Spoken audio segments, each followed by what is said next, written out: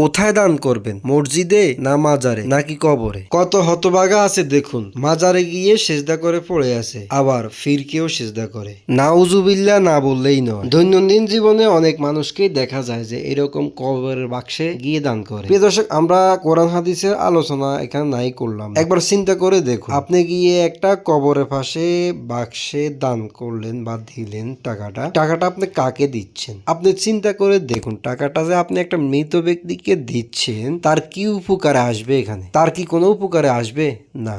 তাহলে কেন দিচ্ছেন? কাকে দিচ্ছেন? আপনি হয়তোবা মনে মনে চিন্তা করতে পারেন যে আপনার এই টাকাটা কোনো মাদ্রাসায় ব্যবহার করা হবে, মাদ্রাসার কাজে লাগবে অথবা মসজিদের কাজে। দেখুন, এই টাকাটা যারা নিচ্ছে তারা মাদ্রাসা যে ব্যবহার করবে এটার কোনো নিশ্চয়তা নেই। আপনি যদি কোনো মসজিদে অথবা মাদ্রাসায় দান করতে হয়, তবে আপনি স্বহস্তে গিয়ে সশরীরে জায়গায় গিয়ে দান করে আসুন, মসজিদে অথবা মাদ্রাসায়। কিন্তু কেন এই কবরের পাশে গিয়ে দান করেন? কেন মাজারে গিয়ে দান করেন?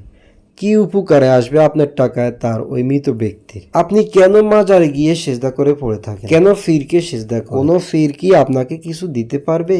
তাহলে কেন সেজদা করতেছেন পীরকে? কেন ফিরের কাছে গিয়ে চাচ্ছেন? দেওয়ার মালিক একমাত্র আল্লাহ তাআলা। যা চাইবেন তো আল্লাহ তাআলার কাছে চাইবেন। দান করার ইচ্ছে হয়তো আল্লাহর ঘরে দান করবেন, মসজিদের অনেক জায়গায় দান বাক্স দেওয়া আছে এইরকম। একবার ভেবে দেখুন, আপনার টাকাটা যদি আপনি দিলেন, হয়তো বা এটা চিন্তা করে যে আমার টাকাটা কোনো মাদ্রাসায় যাবে বা কোনো মসজিদে যাবে, কিন্তু আপনার টাকাটা তারা কোথাও দিল না, তারা নিজেরাই খেয়ে ফেল। তাহলে কি লাভ হলো আপনার? আর আপনি যদি কোনো মসজিদ বা মাদ্রাসা দান করতে হয়, তাহলে তাদের মাধ্যমে কেন?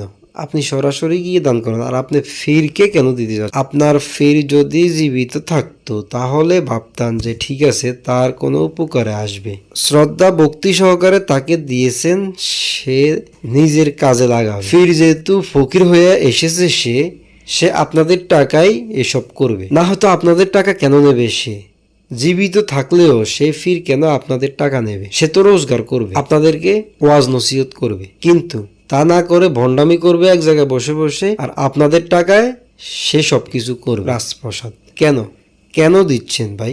আপনি একটা মসজিদের বাক্সে দান করুন, ইনশাল্লাহ 100% গ্যারান্টি আপনার টাকাটা আল্লাহর রাস্তায় ব্যয় হবে।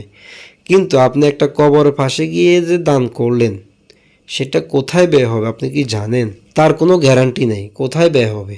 তাহলে কেন কবরের পাশে গিয়ে দান করেন? প্রিয় ভাইয়েরা, একটু চিন্তা করে দেখুন, এইসব থেকে ফিরে আসুন ভাইয়েরা। কখনো কবরের পাশে গিয়ে দান করবেন না, কখনো মাজারে গিয়ে দান করবেন না, কখনো মাজারে গিয়ে সেজদা করবেন না, কবরকে সেজদা করবেন না ভাই, কবর পূজারি হবেন না। তাহলে কিন্তু এটা হবে শিরক, আর এই শিরকি পাপ কিন্তু আল্লাহ আপনাকে ক্ষমা করবে না। আল্লাহ তাআলা কিন্তু কোনো শিরকি পাপও ক্ষমা করেন না, বান্দার হকও ক্ষমা করবেন না। তাহলে চিন্তা করে দেখুন, এই শিরকি নিয়ে যদি মৃত্যুবরণ করেন, আখেরাতে কি হবে? সবকিছুই বরবাদ হয়ে যাবে। প্রিয় ভাইরা, দয়া করে এই পথ থেকে ফিরে আসুন, আল্লাহর রাস্তায় ফিরে আসুন। এইসব পীরদেরকে মাজারে গিয়ে সেজদা করাটা বন্ধ করুন, কবরে দান করাটা বন্ধ করুন। আপনার দানটা যেন কাজে লাগে, আল্লাহর পথে ব্যয় হয়, সেজন্য গিয়ে মসজিদে অথবা মসজিদের ইমাম সাহেবের কাছে অথবা মাদ্রাসায় দান করতে চাইলে মাদ্রাসার কর্তৃপক্ষের কাছে গিয়ে দান করতে পারেন, কিন্তু এইভাবে কবরের কাছে গিয়ে না। এই কবরে দান করাটা আপনার কোনো কাজে আসবে না।